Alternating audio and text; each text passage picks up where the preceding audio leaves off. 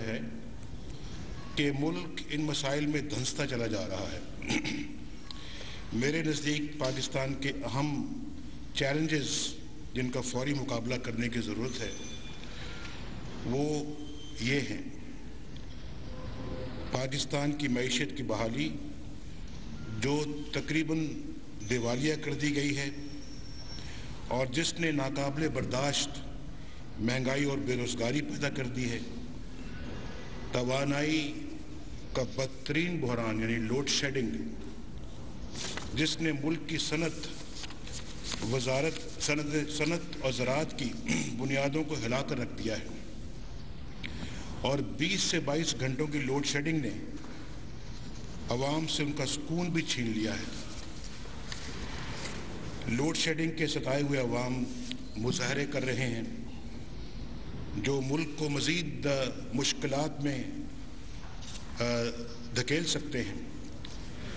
قانون کی حکمرانی کی بالادستی یقینی بنانے کے لیے عدلیہ کے فیصلوں پر عمل درآمد اور ملک سے کرپشن کے خاتمے کے لیے احتساب کا صاف اور شفاف نظام، کراچی اور بلوچستان کی بگڑتی ہوئی صورتحال جس کے نتیجے میں ملک کی داخلی سلامتی کو شدید خطرات لاحق ہیں، ہمارے خطے میں رونما ہونے والی تبدیلیوں کے پیش نظر قومی مفاد پہ مبنی خارجہ پالیسی جو پاکستان کے مفادات کا تحفظ کرتے ہوئے ہمیں عالمی تنہائی سے نکالے۔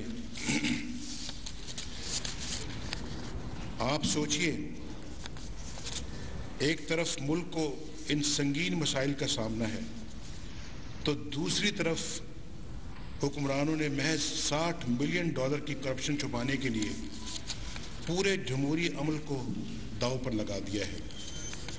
پارلیمنٹ بے وقت کر دی گئی ہے اور وزارت عظمیٰ کے منصب کو خود کش حملہ آور بنا دیا گیا ہے۔ ایک وزیر اعظم کی قربانی کے بعد کہا جا رہا ہے کہ اگلا وزیر اعظم بھی عدلیہ کے فیصلوں کو تسلیم نہیں کرے گا۔ آخر یہ سلسلہ کہاں جا کر رکے گا؟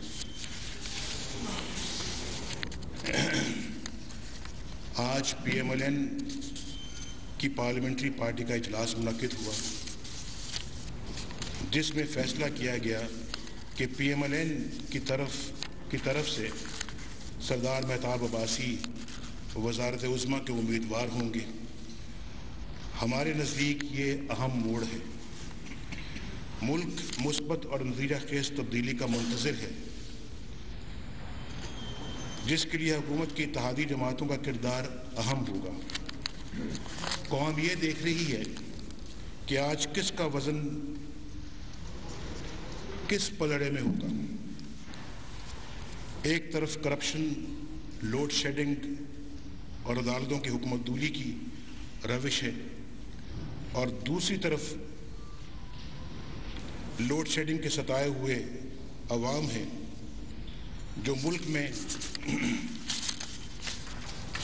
آپ روز دیکھ رہے ہیں، ایک طرف کرپشن ہے، ایک طرف مس مینجمنٹ ہے، ایک طرف روز قرضے لیے جا رہے ہیں، ایک طرف اربوں روپے روز لے کر پاکستان کے ہر بچے کو مقروض کیا جا رہا ہے، ایک طرف پاکستان کے اندر لا اینڈ آرڈر کو دیکھنے والا کوئی نہیں ہے، سنبھالنے والا کوئی نہیں ہے، ایک طرف بلوچستان کے حالات کو کنٹرول کرنے والا کوئی نہیں ہے، ایک طرف یہاں پہ اداروں کا تمسخر اڑایا جا رہا ہے اور دوسری طرف جو ہے وہ پاکستان کو آگے لے جانے والے لوگ موجود ہیں۔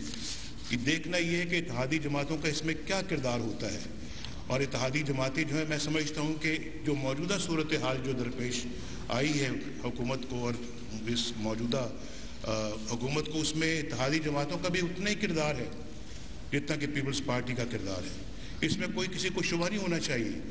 میری بڑی یہ خواہش تھی کہ احتساب ان ساری چیزوں کا پارلیمنٹ کرتی۔ مجھے آپ یہ بتائیے کہ کیا پیپلز پارٹی کا یہ آج کئی حضرات یہ کہتے ہیں، میں نے میڈیا میں بھی یہ بات سنی ہے اور میں میڈیا کی بات یہ کر رہا ہوں کہ آج یہ کہا جاتا ہے کہ یہاں پر جو ہے وہ سپریم کورٹ کو یہ فیصلہ نہیں کرنا چاہیے تھا. کیا پیپلز پارٹی نے خود احتسابی کا عمل جو ہے اس کو اپنایا؟ کیا اس سے وہ گزری؟ کیا پیپلز پارٹی نے اس بات کا جائزہ لیا کہ آصف علی زرداری صاحب کے سوئس کورٹس کے اندر پیسے کیوں ہیں؟ وہ پیسہ کہاں سے آیا؟ کیا وہ کک بیک کا پیسہ نہیں ہے؟ کیا وہ جو ہے وہ کمیشن کا پیسہ نہیں ہے؟ اور پھر کیا ایسے شخص کو اس اونچے منصب پہ فائز کیا جانا چاہیے؟ اور پھر کیا ایسے شخص سے پوچھنا چاہیے کہ بھی بتائیے آپ ہمیں تو پہلے سیٹسفائی کریں کہ آپ یہ کہاں سے لے کے آئے ہیں پیسے؟ اس کے بعد جب یہ انہوں نے نہیں کیا تو کم از کم پارلیمنٹ کو یہ احتساب کرنے دینا چاہیے تھا. پارلیمنٹ میں سمجھتا ہوں کہ اس کو کم از کم اتنی ان کو فریڈم دی جاتی ہے اپنے ان ممبران کو بھی کہ اگر وہ پارٹی میں نہیں کر سکتے تو کم از کم پارلیمنٹ کے اندر یہ آواز ریز کرتے ہیں. اور پارلیمنٹ کے ممبران کا یہ فرض تھا, ان کو دیکھنا تھا کہ ہمارا اگر ہمارے اندر یہ ایک میں پیپلز پارٹی کے ممبران کی بات کرتا ہوں, میرے سے ان کو یہ سب آواز اٹھانی چاہیے تھی وہاں پر. تو میں یہ سمجھتا ہوں کہ پھر اس کے بعد وہاں پر نہیں ہوا تو لازماً ایسے دروازے کھلے رہنے چاہیے کہ اگر پارلیمنٹ اپنا کردار ادا نہیں کرتی, ایک سیاسی پارٹی اپنا کردار ادا نہیں کرتی, تو پھر کم از کم ایسے راستے کھلے رہنے چاہیے جہاں پہ کم از کم ان چیزوں کا نوٹس لیا جائے اور وہاں پہ اس کا احتساب ہو.